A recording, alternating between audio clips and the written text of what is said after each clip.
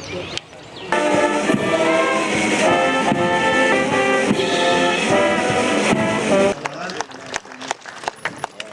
That's enough? Yes. Then you can hold your bucket. And now.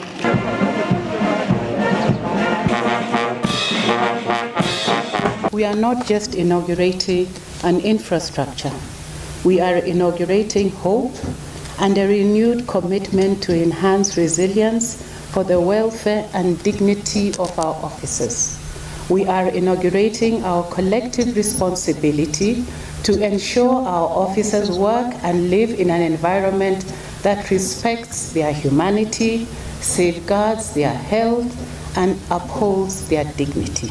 Our national and regional development depends heavily on water resources. The extent to which our food and energy security is assured hinges on the adequate availability of water. Our livelihoods are incomplete without it. Water defines the environment in which we live and operate. We'll be proceeding to Embakasi A and B in a couple of weeks.